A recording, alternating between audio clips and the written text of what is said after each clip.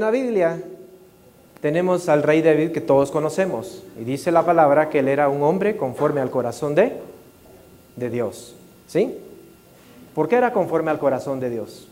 Muchas veces, o algunos podrían pensar que quizás debido a sus actitudes, pero él era un hombre, igual que nosotros, humano, que cometía errores, y tenía un corazón conforme al corazón de Dios, no por esas cualidades. También, que si bien es cierto, fue un hombre escogido por Dios para dirigir un pueblo tan grande como el pueblo de Israel, no lo escogió por su apariencia, tampoco lo escogió por su capacidad para la batalla, porque él había sido un pastor.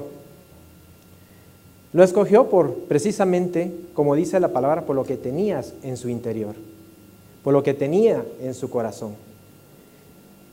Así que por favor le voy a pedir que me acompañe al libro de los Hechos. No se preocupe, va a ser breve.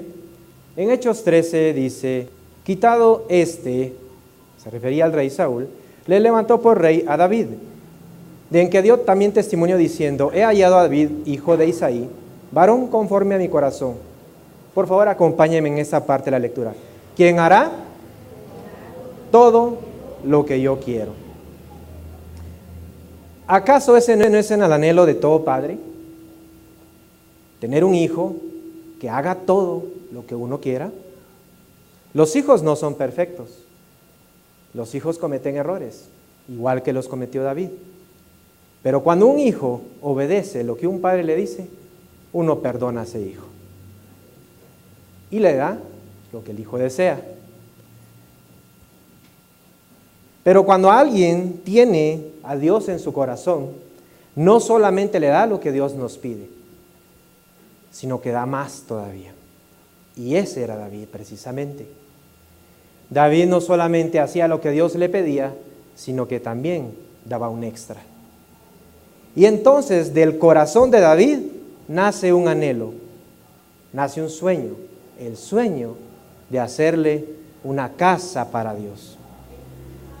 Igual que nació en el corazón de muchos aquí ese sueño. En 2 de Samuel 7:2,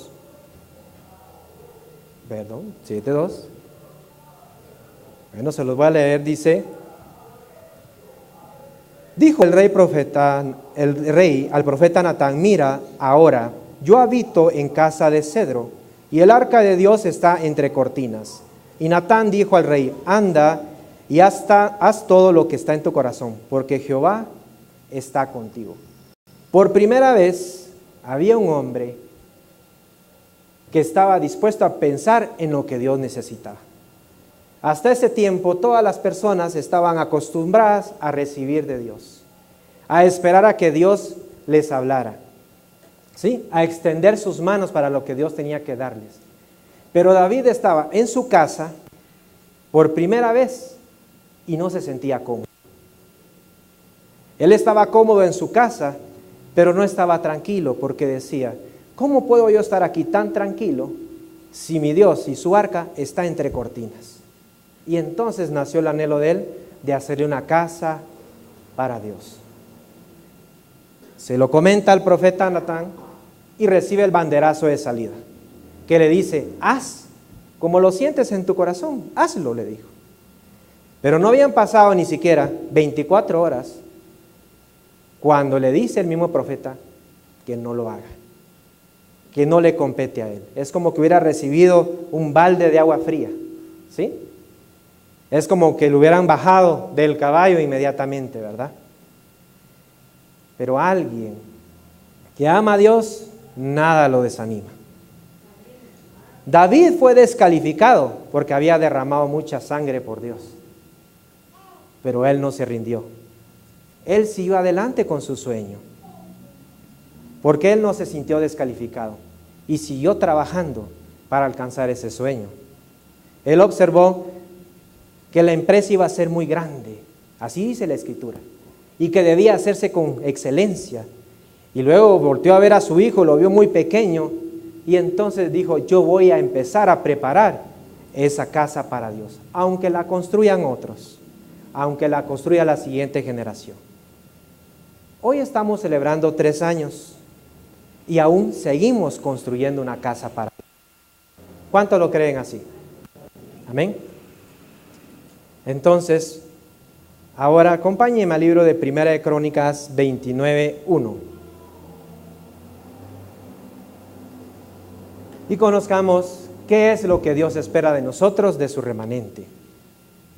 En Primera de Crónicas 29:1 dice: Después dijo el rey David a toda la asamblea: solamente a Salomón mi hijo ha elegido Dios. Él es joven y tierno de edad, y la obra es grande, porque la casa, dice, no es, ¿cómo dice?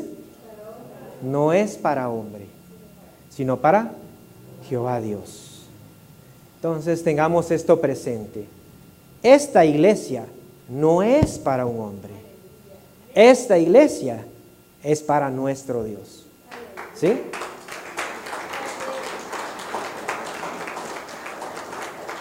Esta no es mi iglesia. No es la iglesia de ninguno de los pastores. No es la iglesia de ninguna de las bases de acá. ¿Sí? Esta iglesia la estamos construyendo para Dios. Y eso que no se nos olvide nunca. Que no se nos suba a la cabeza. Porque si bien es cierto, nuestro inicio fue pequeño, el postrer estado va a ser grande. Pero la iglesia es de Dios. Y estas fueron las palabras del rey David, que nosotros deberíamos tener siempre presentes. ¿Ya? Es poder construir entonces una casa ¿para quién? Para nuestro Dios. ¿Y por qué una casa? Porque una casa se construye con un único propósito, que es que alguien la habite. Esta casa la construimos para que habite Dios en este lugar. ¿Sí? Si no, no tiene sentido. ¿De qué me sirve a mí que construyamos un lugar propio más grande, o que alquilemos un lugar más cómodo, o que mejoremos el equipo de audio, o que tengamos los mejores salmistas, si Dios no está acá? No sirve de nada. Solo voy y hacemos, como aprendimos la semana pasada. Así es que eso es lo primero que todos tenemos que tener presentes, que esta casa es para Dios. Y luego, dice David en el siguiente versículo: yo, diga conmigo, yo, con todas mis fuerzas, he preparado la casa de mi Dios. Es con todas nuestras fuerzas. No existe otra manera de construir una casa a Dios si no es con todas nuestras fuerzas. ¿Sí? Es con todo el empeño, con todo lo que nosotros tenemos.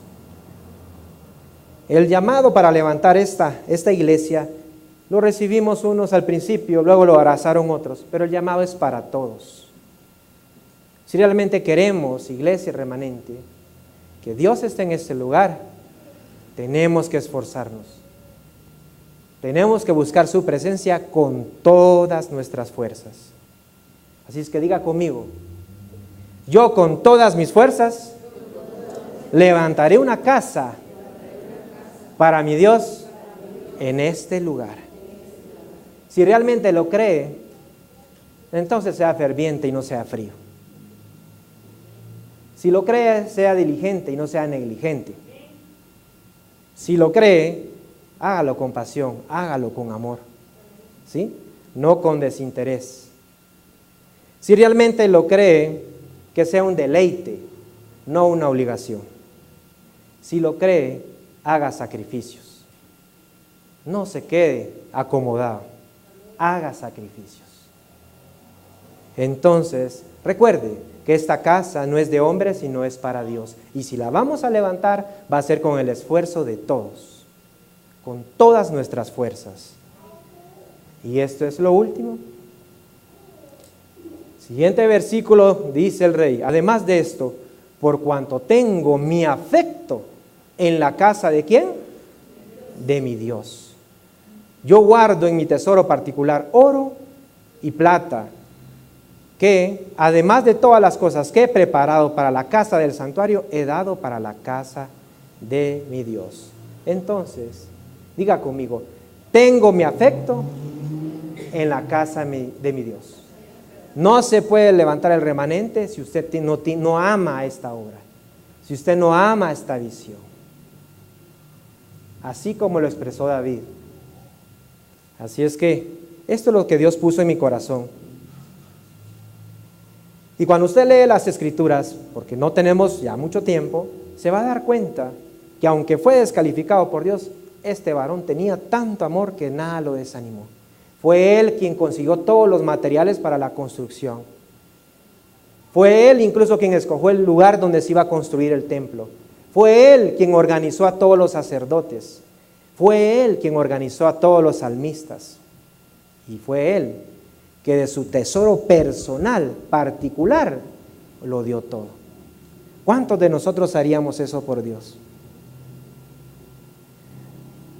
Pero lo que me llama la atención en este último versículo es que del tesoro personal. ¿Quiénes de los que estamos aquí realmente tenemos a Dios como nuestro mayor tesoro? Porque por eso es que David tenía un corazón conforme al corazón de Dios. Porque no era el oro, ni la plata, ni el poder que él tenía. El mayor tesoro que este varón tenía era que Dios era primero para él. Y así es como vamos a levantar a esta iglesia, si realmente tenemos a Dios como nuestro mayor tesoro. Y concluyo con esto. La idea de construir una casa para el Señor nació de un hombre, nació de David. Pero al Señor le agradó, a Dios le agradó. No le dio la oportunidad a él, pero se la dio a su hijo Salomón. Pero no se fue con las manos vacías. Vea la promesa que recibió este varón.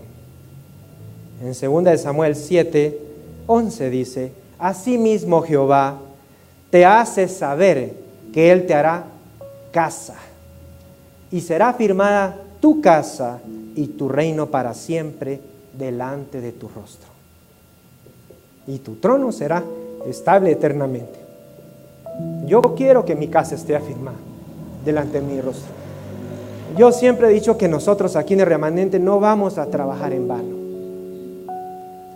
¿Quiénes quieren ver su casa firmada delante de sus ojos?